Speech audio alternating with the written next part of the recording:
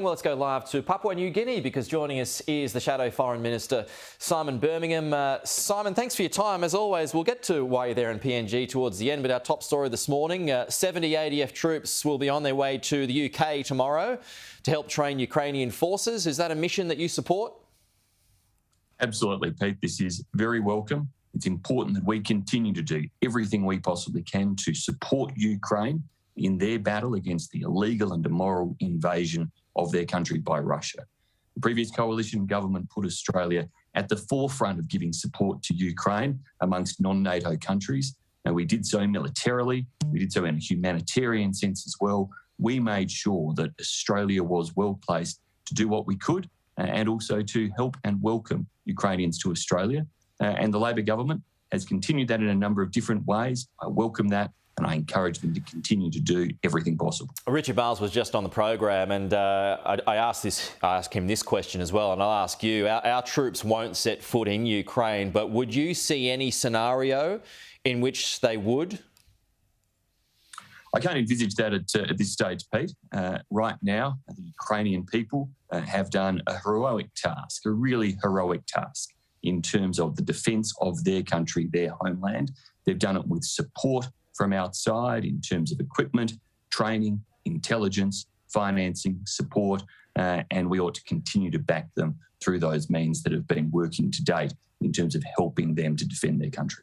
Still on Richard Marles, a local issue here on gas too, Simon. Retail prices have already hit the Treasurer's worst case scenario. Mr Marles just then emphasising that the caps need time, but do you think that time should be given for those prices to come down? Will it work? Well, this has been a chaotic process by the Albanese government in terms of gas prices. They didn't do anything in last year's budget, despite having had close to 6 months to come to a policy. They then rushed and rammed something through Parliament with just a day or so's notice and next to no scrutiny, and of course real concerns from international investors, from suppliers as to what it would mean for supply. And now we're seeing questions as to whether it's really going to work at all. And our real concern was that over the medium to longer term, this would actually be quite a counterproductive measure, because over the medium to longer term, it reduces the incentive for people to invest in gas projects in Australia. And by reducing that incentive and reducing the likely investment in gas projects, you're going to reduce supply in the future and create an environment where the shortages are there, putting price pressures on and really being very counterproductive. But a short-term fix is what was needed. Was this the best option?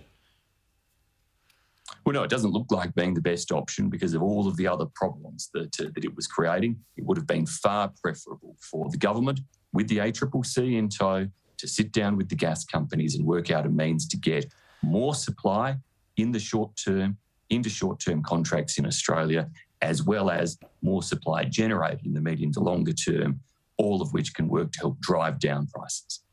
Just on Jim Molan, Simon, everyone's been talking about their reflections on him. What's your reflections of the late Senator Jim Molan, not just as a military man, but as a political mind as well?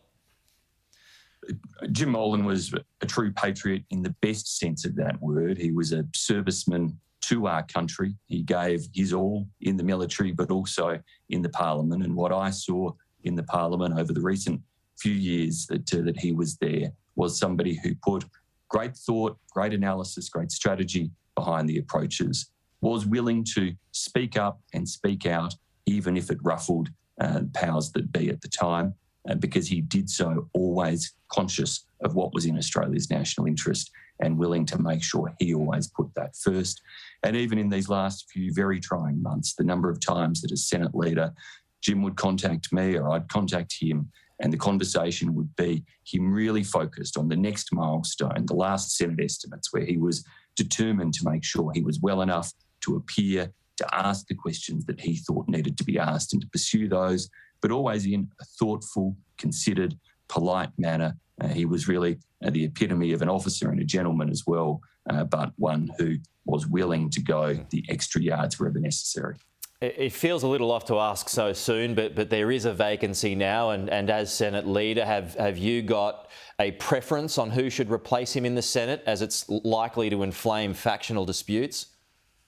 Well, I certainly don't come with a preference at this stage. The focus is on Jim. The Senate has a long convention in terms of respect for pairing arrangements between different parties, and I have absolute confidence that the government will continue to honour that. So there is no need for these processes to be rushed. Right now, we should give Jim Molan the respect that he deserves, the support to Anne and Jim's family in terms of their time of grief. And of course, New South Wales can work through those processes, which I'll respect the New South Wales Party doing according to their rules. OK. On to PNG. What are you doing there, Simon? What's the mission? So today I'm in Goroka in the Eastern Highlands province of Papua New Guinea, here with a parliamentary delegation across the parliament. We have colleagues from my side of politics, Senator Ruston, Michael McCormack, but also from the Labor side of politics and indeed independents represented.